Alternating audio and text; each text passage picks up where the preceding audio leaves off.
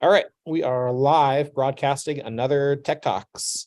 This one is about e-learning's code snippet and sample and template repository that Nick gets about pretty much 100% of the credit for. So he's going to show it off and show you how that can make your life easier in Canvas. Well, and if it goes poorly, that means I get also 100% of the blame. So I see what you Hey, did. there you go. I see what you did there. There's always two sides of that coin, Nick. Well, like Caleb said, we've been working on kind of building out templates, and since we do a lot of this work with or for faculty, we decided it'd probably be good to start actually putting it somewhere where everybody could use it, and thus the template course was born.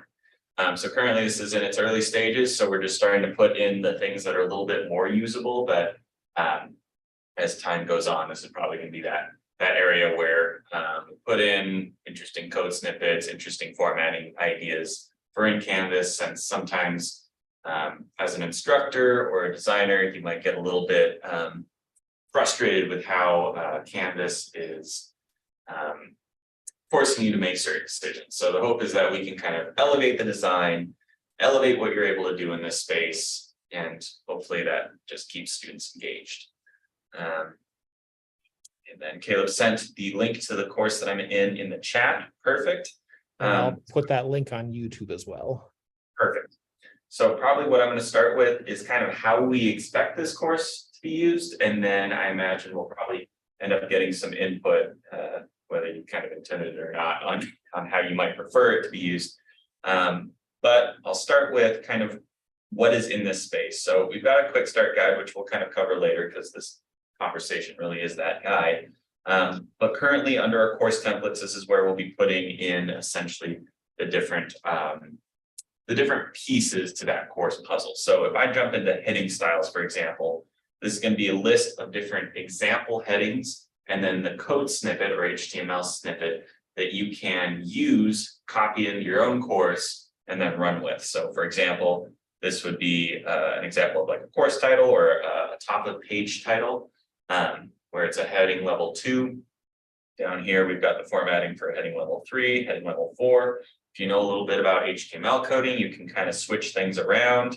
So you could turn this into a heading level 4, but keep the same size. Just kind of depends on how you want to develop your course. But we also have out of the box kind of image and heading titles that can be used as well. So you can actually take, because this course is public, this entire snippet and copy it into any page, and the image will still work in your course. So it should still be able to access it. So that's kind of one of the benefits of also having this here. You don't actually have to load any images into your course.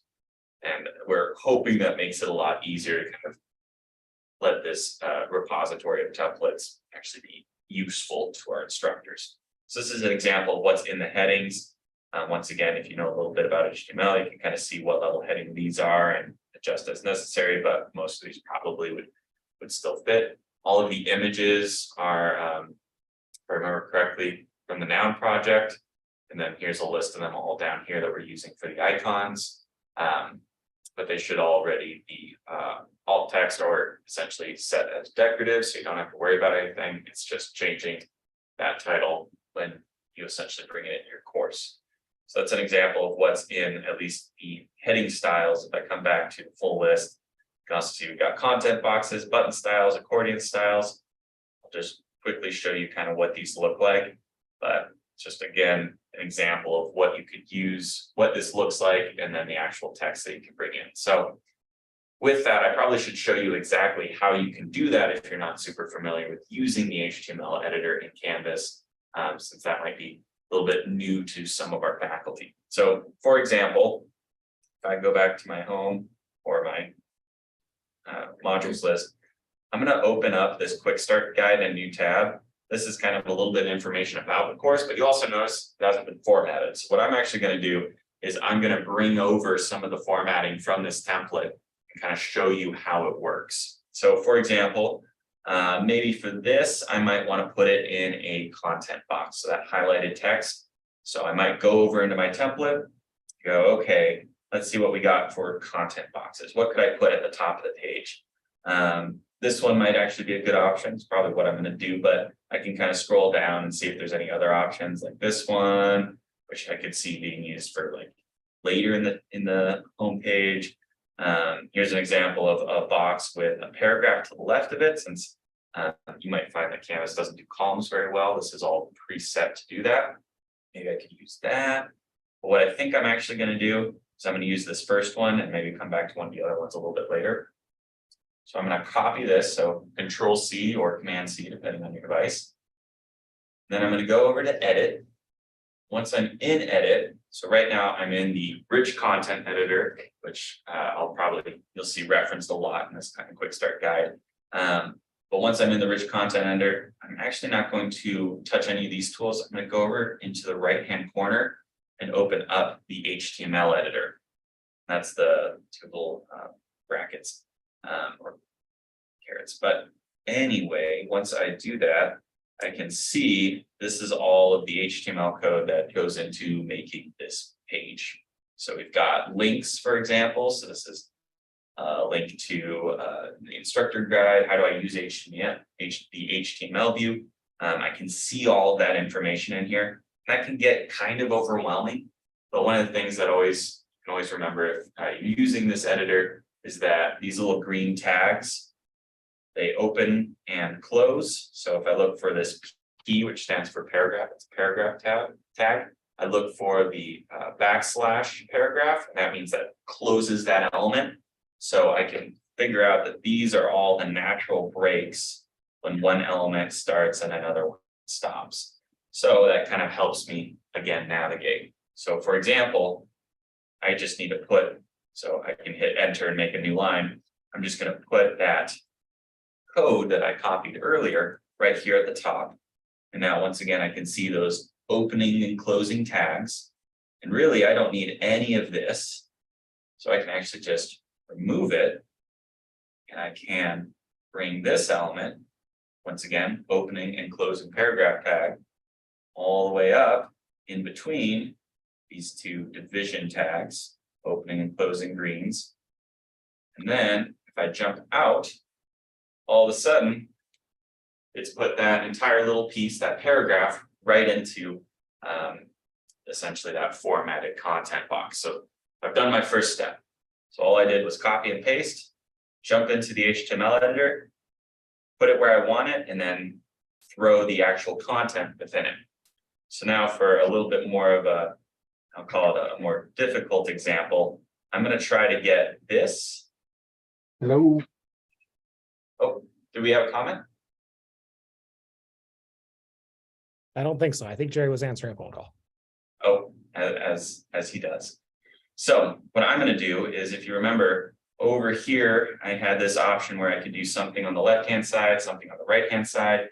I'm going to use this and do a quick adjustment on the fly to make it fit my needs. So I want to put my video over on the right, and then I want to put my actual content over on the left. So for example, I've got this little, hey, remember the following element, but then I've got this video, and I don't really want that hanging below. I want them both on the same page, or I should say same line. So what I'm going to do is I'm going to get that, and I'm going to copy and paste this big section into my HTML editor. So first I got to double check, where do I want to put it? Okay, there's that space. So probably right about here, because this is when using these templates. That's that first part of the text that I want to throw in there. And this is where it's going to get a little bit more difficult to navigate. I've just added a bunch of stuff in here. That's a little chaotic, right? But if I come up, I can see, okay, here's my paragraph tags. Those are my little, what would you call it? My little lifelines here. So what I'm going to do is I'm going to remove this. Then I'm going to come down and find, okay, here's my paragraph. And I had an unordered list or a bulleted list underneath. That's what that ULLI stand for. I'm going to find the end of that. Okay, and there's my actual video right there. Got an iframe, and here's that Panopto video. Kind of pick my way through this. Okay, I think I've got a little bit of a bearing of where everything is. So I'm going to copy this, delete it, can always Control Z or Command Z if you need to, so don't worry. I have definitely done that before. And then I find, okay, this is where that text was originally. Throw that up there. And then this is where I'm gonna have to change things on the fly, so bear with me, because I know I'm spending quite a bit of time in this editor. I'm gonna jump over here. I'm gonna actually just gonna do Command X. So I'm gonna cut that out. And then I don't want any of this stuff in there. So I'm gonna delete that because that's those links that we had in the original. So I just deleted this portion of that content box. Oh, and Nick, I think you had a hanging tab in there. Tag. Oh, thank you. I do that all the time. Okay. Did I get it? Or did I The miss it? UL, there it is. Yep. Thank you. Good Yes. catch. I did that in one of my early meetings and or tech talks, and everybody had to watch me like panic as I was like, oh my God, where was it? And I forgot to close it. If you went into the raw editor, would it show you the pairs? Raw editor is, I would say, even worse for Oh. navigating, at least for me. So if That you click on like the div, it doesn't tell you where it's paired with, the open no, and close? no, it's super super bare bones. Okay, thanks. Yeah, and that is, I think the individuals that know how to program and those that know how to program much better than I will probably be a little frustrated with what Canvas has to offer. Certain things are whitelisted, other things are not allowed, makes it a little bit difficult, but at least what we've got here we can work with. But then let me double check if I got everything I needed to. Oh yeah, I want to change this to tutorial. I'll think of a better name later. But now, fingers crossed, I should have everything I need. And if I need to, I can Command A or Control A to highlight everything. Copy that just in case I totally mess something up. I can jump back in and see what happened. But let's see if I go down. So this has been put in the content box. And if I save, because of the way, there we go. Because of the way that this works, it usually needs to be saved before you'll actually see it. But hey, formatted two things. This looks a little bit small, right? Not quite what I want. So what I'll do really quick is probably adjust this a little bit more just for the sake of making things a little bit more easier to look through. This.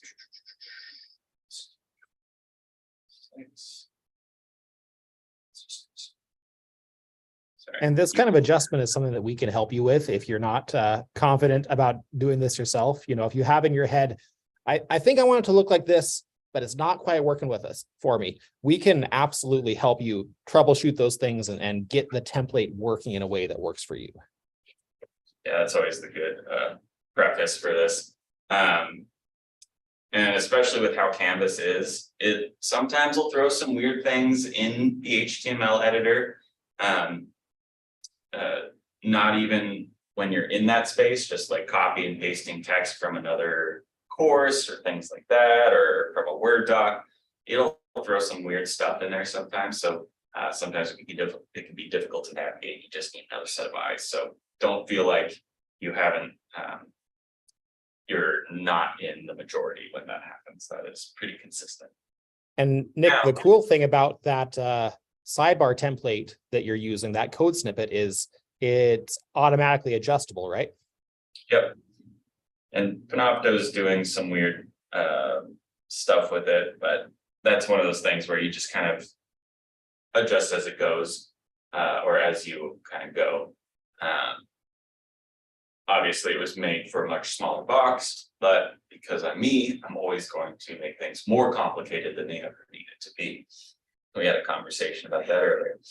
Anyway, point is, you can kind of adjust things as you need to. None of this is static, it can always be dynamic. And maybe the last thing I'll do is I'm going to throw this in its own content box just to, again, kind of help with the flow of this page, also just make it look more interesting because it's kind of lame. No offense to myself, just we all know it's pretty dry. So I'm just gonna jump back in. The last thing I'm gonna do is I'm gonna add another content box down here. Then, just like I did earlier, I'm gonna copy and paste all this. And I am going to replace. Caleb, you're on, did Nick screw it up? Duty, so please let me know if I did something weird. Saved it before I could check. And there we go. So I just used all these snippets to kind of come together. It's not perfect, but it's gotten me a little bit closer. It's kind of atypical content, I would say, but I imagine most people will have some sort of video, some sort of text they want next to it, different headings or elements that you want first. So I think it'll still be hopefully pretty usable. And I'll pause quickly for any questions. Otherwise, I can go and talk a little bit more about what's in this space. There's some more interesting elements that I haven't really covered. Oops. There we go. Video's going crazy. Anyway, any questions, any comments so far? Anything I can kind of reiterate or rehash so it makes a little bit more sense? One thing maybe might be worth mentioning, just because I sometimes worry that when people hear templates, what they really hear is like mandated templates or required templates, which is not at all what these are for. These are 100% samples and tools and examples that you as an instructor are free to use and free to modify, or free to ignore completely if you don't like how they look. So I do want to make sure we're very clear on that these are not like mandated anything. These are things that we've helped other people build for different projects, and we've decided, hey, these look nice. We've tested them out. We know that they're accessible, which is a nice bonus, and we want to share them with other people in case it would be helpful to them as well. This is Jerry Troop. I'm going to jump in here real quick and just give one word of warning. When you delete anything in the rich content editor and you're not in the HTML editor to delete it, sometimes you'll have leftover artifacts, HTML artifacts that can interfere with certain components of the display in the final in its final format. So a lot of times, if you're going to delete something with rich that you put in with HTML, go into the HTML editor and delete it there. So that way, you know, you clean everything out of the rich content editor page. Thank you, Jerry. And actually, on that point of like best practices for editing, just so you know, I'm editing in a page currently, and I can view my page history and revert it back, kind of see, okay, what changes did I make there? Okay, I hadn't done that bottom bit yet. Okay, this is when I was early on. This is when it was just a baby of a page.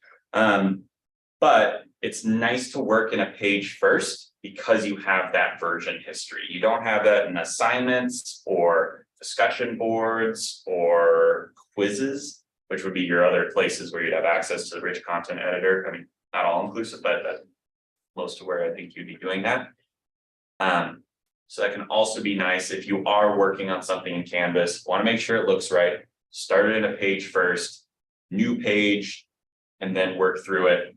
Then you can add it into whatever live environment you want, whether that be a page, quiz, discussion, whatever. Another word of caution and potential best practice. How long does it keep the history? That's a great question. I think it just kind of keeps going. Jerry, help me, because I have some that I still have the version history for since I started here at CCS, but it's going to keep your history. Two things are going to affect the history. One is if you clear your cache out on your web browser, it's going to remove the history of the page for that page. I think that's one thing to worry about. But I think it keeps the history back. I mean, I think it goes back 10 versions. But if you have like a year between each version, you'll see that year-old version as long as I think you haven't gone back 10 versions. And I think that's the cutoff is 10 versions, but it may be longer. I've never actually looked. I should just go into some of the courses that I built that have some rather extensive page histories and see. And Jerry, I just loaded up this page history on my computer because I've never touched the HTML of this page, and it remembers all of the edits that Nick made to that page. So I don't think Good, it's good. I think it's cloud-based. It's not connected Okay, to the yeah. browser cache or anything. That's you're right. Yeah, because it's going to look at all the edits made by everybody that's touched that page too. So you can go back and point the finger of blame at Nick when something gets screwed up. And you say, Nick did that. I wasn't even here that day. Completely valid, but then I'll tell Jerry to fix it. So with that, I did want to just quickly mention some of the different elements that are in here that we didn't talk about. There are buttons. These are kind of one of the weirder elements. Some of them are super easy to use, like this one, for example. The bottom ones, if you like reset the link, it removes a lot of the formatting. Once again, another weird element. That's just part of how Canvas works. So keep that in mind. I did do some like, here's how to do it best or easiest using these bottom ones. Just something to keep in mind, but we can also help you make and style your own. This stuff takes very little time, so don't feel like that's in any way a hassle. And then the other one is toggleable elements. We usually, because of how Canvas kind of strips code out, we usually just use the details tag to do all of that. So for example, here are a bunch of different, we call them accordions, where I can click and it opens up some sort of hidden content.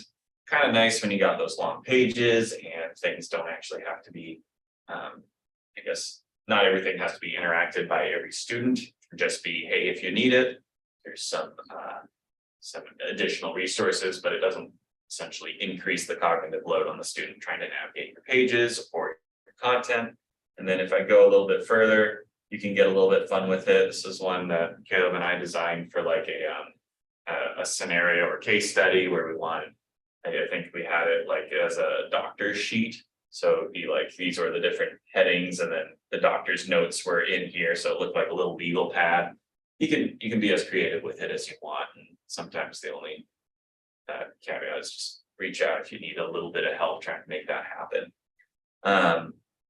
And then if I remember correctly, I do also have one that I was playing with, which was creating a little like knowledge check. So students could just on a page, check their understanding. It doesn't go into the grade book, nothing like that, just purely study tool as they're encountering your content. They can quickly jump in, look and see, and basically interact, in a way that's a little bit less static on your course content. And then I think the last one I've got is just an example homepage using a lot of these different elements. So this is all different headings from that first headings template or headings style page. And then this little snippet was made just as an example of how you can kind of style personal images or course images, contact information, and then below just a little bit more information. I see a lot of this like contact information on people's home pages. Example of how you could format Zoom information, a little getting started checklist, especially if you're just kind of like trying to get people through. Then a quick, what do I call it? Thank you, table contents. It's a Tuesday. Table of contents if you need it. You can kind of add and remove these links as you need to. Fun thing about these buttons, I love them because you just format one and then you can press enter and it makes a new one each time whenever you need it. So it makes it a little bit easier. But that's that first button on the buttons style page. And then here's all of the code if you just want to copy and paste it right into your course. And of course, you just might need to remove some information, but I think you'll find it hopefully useful. So with that, I think that's all we need to cover with this course. We'll be making obviously it's already available, but we'll just keep highlighting it in our newsletters. And if you ever need anything or want to build something out, this is where it'll end up at the end of the day. So we can just kind of keep this thing alive and hopefully help other instructors kind of going through the same issues that you are when it comes to like designing Angularlist. So hopefully that's helpful. I'll stick around and answer any questions, but I also want to be cognizant of the time. Thank you all for listening and being active participants. Much appreciated. Cool, thanks. Perfect. Of course, it's good seeing y'all. Of Great content. Thank you. course, and I imagine you'll probably just run with this, Rick.